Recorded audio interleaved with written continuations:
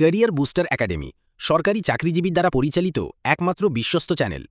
নবম pay scale সহ সরকারি চাকরিজীবীদের মহার্ঘ ভাতা সম্পর্কিত সর্বশেষ ও সঠিক তথ্য পেতে আমাদের চ্যানেলটি লাইক দিন, কমেন্ট করুন এবং সাবস্ক্রাইব করতে ভুলবেন না। ধন্যবাদ। এখনও অনেকেই বিশেষ সুবিধার হিসাব ঠিকভাবে মিলাতে পারছেন না।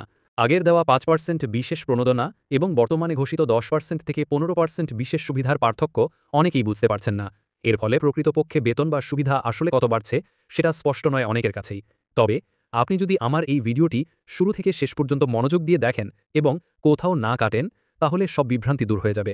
আপনি নিজেই সহজভাবে নিজের হিসাব বের করতে পারবেন, আর কারো সাহায্যের প্রয়োজন হবে না। যদি পুরো ভিডিওটি দেখেও বুঝতে না পারেন, তাহলে কমেন্টে আপনার বর্তমান গ্রেড এবং ১ জুলাই ২০২৫ তারিখে আপনার বেসিক কত হবে তা জানিয়ে দিন।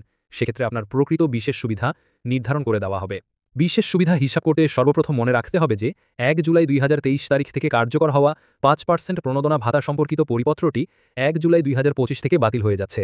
যেহেতু পরিপত্রটি বাতিল হচ্ছে, তাই আগে যে ৫% বিশেষ প্রণোদনা হিসেবে ন্যূনতম ১,০০০ টাকা বেতনের সাথে প্রদান করা হতো, সেটি আর আগস্ট মাসের বেতনের সাথে পাওয়া যাবে না। তবে এর পরিবর্তে সরকার নতুনভাবে ১০% থেকে ১৫% বিশেষ সুবিধা কার্যকর করছে, যা ১ জুলাই ২০২৫ থেকে কার্যকর হবে। এই বিশেষ সুবিধার টাকা ১ জুলাই থেকে কার্যকর হবে এবং আগস্ট মাসের বেতনের সাথে এটি আপনারা হাতে পাবেন। এবার আসুন, গ্রেড ১ হতে গ্রেড ৯ সরকার কর্তৃক জারিকৃত বিশেষ সুবিধার প্রজ্ঞাপন অনুযায়ী গ্রেড ১ এবং তদূর্ধ্ব হতে গ্রেড ৯ পর্যন্ত চাকরিরত কর্মকর্তাগণ মূল বেসিকের উপরে ১০% বিশেষ সুবিধা প্রাপ্য হবেন। উদাহরণস্বরূপ বলা যায়, ধরুন একজন নবম গ্রেডের কর্মকর্তা যার মূল বেসিক বর্তমানে ২২,০০০ টাকা, আসছে ১ জুলাইয়ে ৫% ইনক্রিমেন্ট পেয়ে তার বেসিক হবে ২৩,১০০ টাকা এবং সে ১ জুলাইয়ে মোট বেতনের সাথে বিশেষ সুবিধা হিসেবে পাবেন ২৩,১০০ গুণ ১০% সমান ২৩১০ টাকা। একইভাবে একজন ষষ্ঠ গ্রেডের কর্মকর্তা যার মূল বেসিক বর্তমানে ৬,৭১০ টাকা, সে এখন বেতন স্কেলের শেষ ধাপে অবস্থান করছে এবং ১ জুলাইয়ে সে ৫% ইনক্রিমেন্ট পাবে না, কারণ সে সিলিং সীমায় অবস্থান করছে। সে ১ জুলাইয়ে মোট বেতনের সাথে বিশেষ সুবিধা হিসেবে পাবেন ৬,৭১০ গুণ ১০% সমান ৬,৭০১ টাকা। আর এই বিশেষ সুবিধা মহার্ঘ ভাতার মতো মূল বেসিকের সাথে যুক্ত হবে না, তাই বাড়ি ভাড়া বৃদ্ধির কোনো প্রশ্নই আসে না। এই বিশেষ সুবিধা শুধুমাত্র মোট বেতনের সাথে যুক্ত হবে। এবার আসুন, গ্রেড ১০ হতে গ্রেড ২০-এর অন্তর্ভুক্ত চাকুরিরত কর্মচারীগণ মূল বেসিকের উপরে ১৫% হারে বিশেষ সুবিধা প্রাপ্য হবেন এবং সর্বনিম্ন বিশেষ সুবিধার পরিমাণ হবে ১৫০০ টাকা।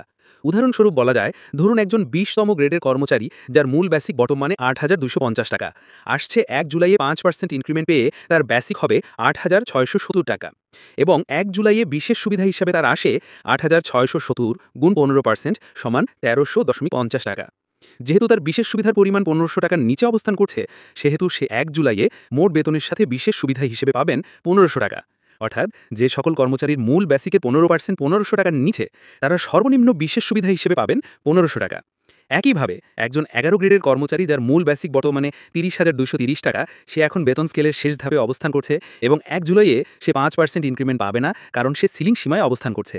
সে ১ জুলাইয়ে মোট বেতনের সাথে বিশেষ সুবিধা হিসেবে পাবেন ৩০,২৩০ গুণ ১৫% সমান ৪,৫34.৫০ টাকা। আর এই বিশেষ সুবিধা মহার্ঘ ভাতার মতো মূল বেসিকের সাথে যুক্ত হবে না, তাই বাড়ি ভাড়া বৃদ্ধির কোনো প্রশ্নই আসে না। এই বিশেষ সুবিধা শুধুমাত্র মোট বেতনের সাথে যুক্ত হবে। এবার আসুন সারসংক্ষেপ। আগের ৫% প্রণোদনা বাতিল, নতুন করে বিশেষ সুবিধা চালু। গ্রেড ১ হতে ৯ মূল বেসিকের উপর ১০%, গ্রেড ১০ হতে ২০ মূল বেসিকের উপর ১৫%, সর্বনিম্ন ১৫০০ টাকা।